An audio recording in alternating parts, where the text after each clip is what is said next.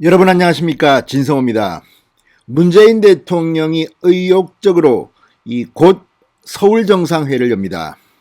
자, P4G 녹색미래 서울 정상회의.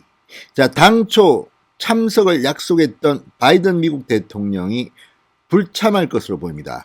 지금 청와대는 이 서울 정상회의를 앞두고 이 세계의 정상 참석자 명단도 공개하지 못하고 전전긍긍하고 있습니다. 자, 우리나라는 한미정상회담을 계기로 대한민국의 대기업들이 44조 원을 미국에 투자합니다.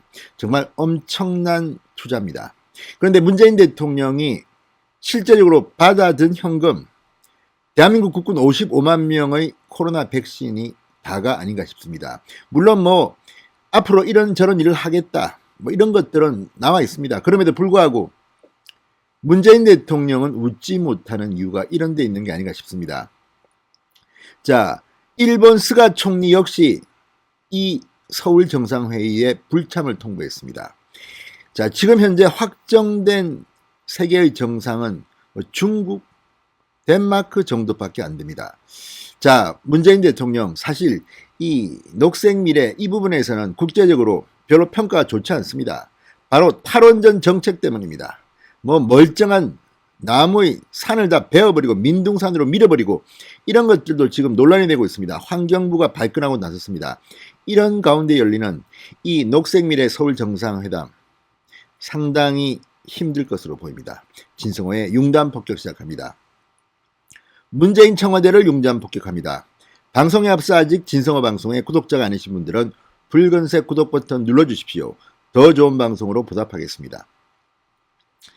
아무튼 외교 분야에 있어서 문재인 대통령은 정말 낙제점을 받을 수밖에 없다는 생각이 듭니다. 이리저리 끌려다니기만 할 뿐 어느 하나 딱 떨어지는 그런 일을 못하고 있다는 그런 평가도 나옵니다. 자, 문재인 대통령이 오는 30일, 31일 이틀간 화상으로 주재하는 이 P4G 녹색미래 서울 정상회의 의욕적으로 준비했는데 지금 참석하겠다는 세계 정상들이 별로 보이지 않습니다. 망신을 당하고 있습니다. 특히 당초 참석 의사를 밝혔던 바이든 미국 대통령의 참석이 행사 개막을 사흘 앞두고 불투명해짐에 따라 지금 청와대에 비상이 걸렸습니다. 미국 외에도 일본을 비롯한 상당수 국가들이 정상급 인사의 참석에 난색을 보임에 따라 당초 25일 또는 26일 날 청와대가 참석 정상 명단 발표를 하기로 했는데 이게 지연되고 있습니다.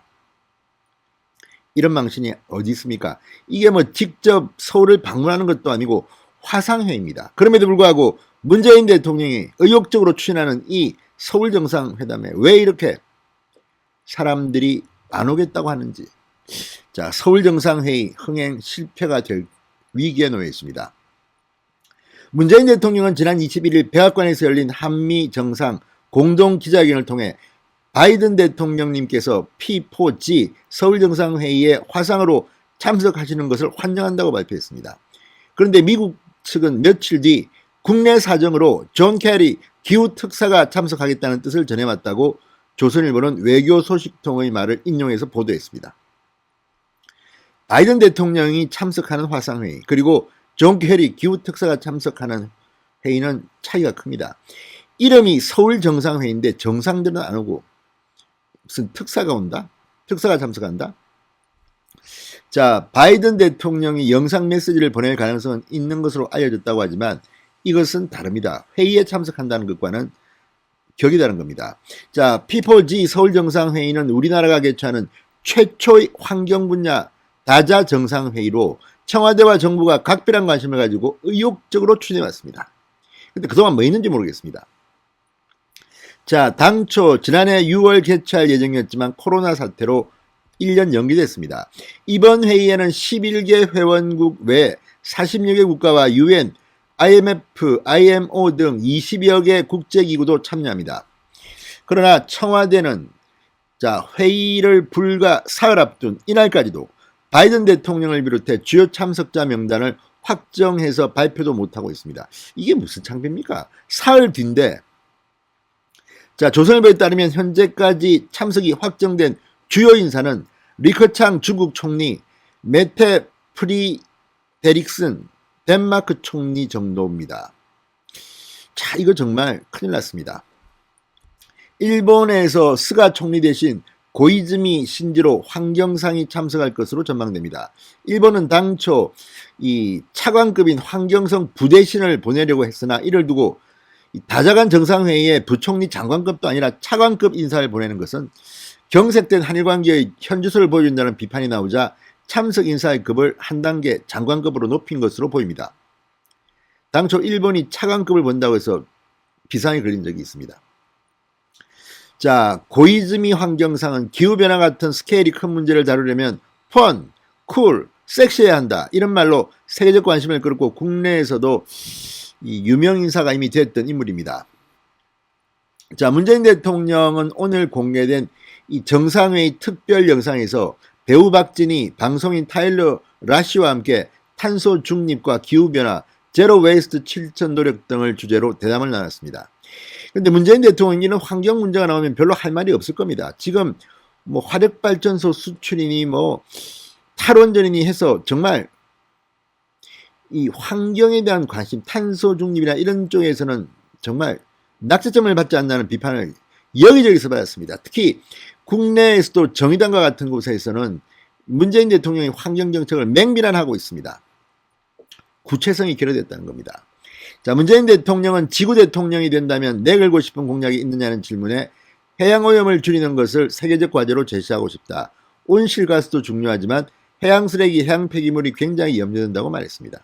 이것도 뭐 일리가 없지는 않으나 이 해양오염을 이야기한 것은 지금 국내의 온실가스 문제가 문재인 정부가 제대로 대처하지 못했기 때문에 회피하는 것은 아닌가 의심되기도 합니다.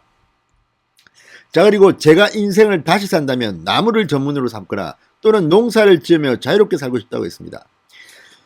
이 말을 들으면서 저는 깜짝 놀랐습니다. 정말 문재인 대통령이 대통령하지 말고 정치하지 말고 나무를 전문으로 삼거나 정말 농사 지으면서 자유롭게 살았다면 대한민국이 훨씬 더 편안해지지 않았을까 하는 생각을 합니다.